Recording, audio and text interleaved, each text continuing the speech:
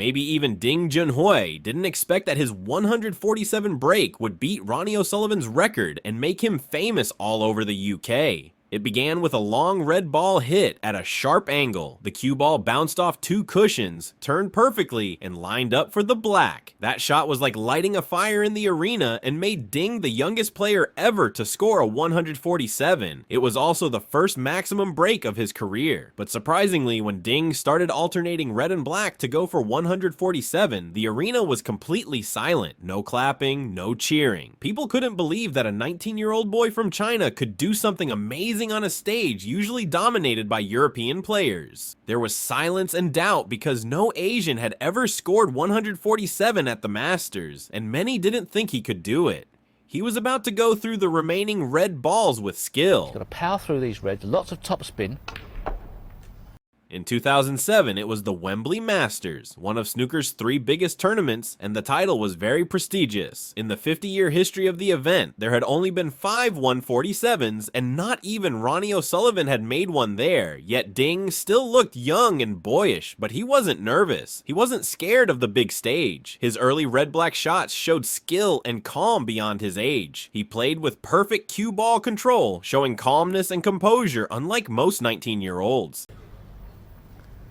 His opponent, Anthony Hamilton, said after the match, his mindset is far beyond his age. And truly, that 147 was no accident. In the following shots, Ding corrected every small mistake with amazing precision.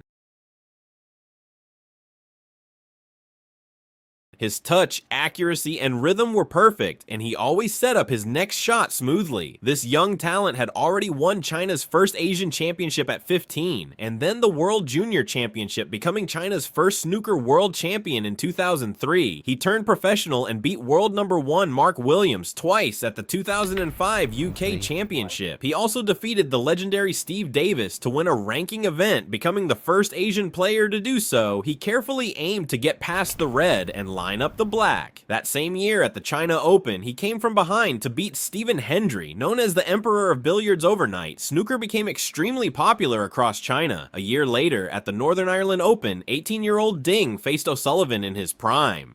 What was expected to be an easy match for O'Sullivan ended with Ding almost perfectly winning. From that moment, Europe began to see this young man from China as a real star. He had options. He could play the ball in the center pocket or another shot. At that point, only 4 red balls remained in the middle of the table.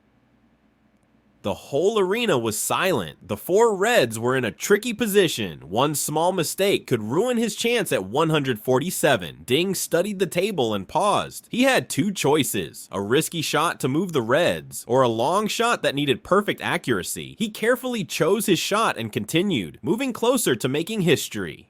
He lowered his head, aimed carefully, took a deep breath, hit the cue ball, touched the cushion lightly, and the red ball fell perfectly into the corner pocket. At last, the crowd let out a long, held-back gasp. In that moment, everyone understood that this boy from China could really do something amazing. That shot not only gave him a clear path to the maximum break, it also removed all doubt from the room.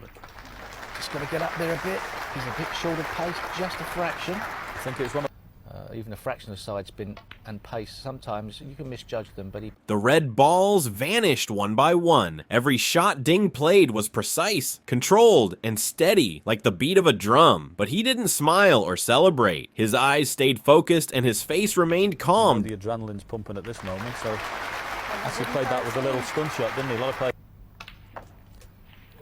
The cue ball zip away there. Absolutely superb. that he looks like he's going to make it. So many players we've seen start to twitch a little. Ding just looked like he was just down the club. 120. And of course, trying to guard against the player's ultimate nightmare, Steve. We did see it a few years ago with Ken Dock. Do not miss the black, because that would be a horror show. Ding potted the final pink. The arena was already standing, ready to see history. When the last black ball fell into the pocket, the applause hit the hall like a huge wave. It was only the second 147 ever at the Masters and the youngest ever scored, as commentators excitedly watched. Someone sighed. This 19-year-old from China was changing snooker history. Even 17 years later, we still feel the same shock and awe. A young man man from the East with calmness, talent, and belief made the world remember one name, Junhui.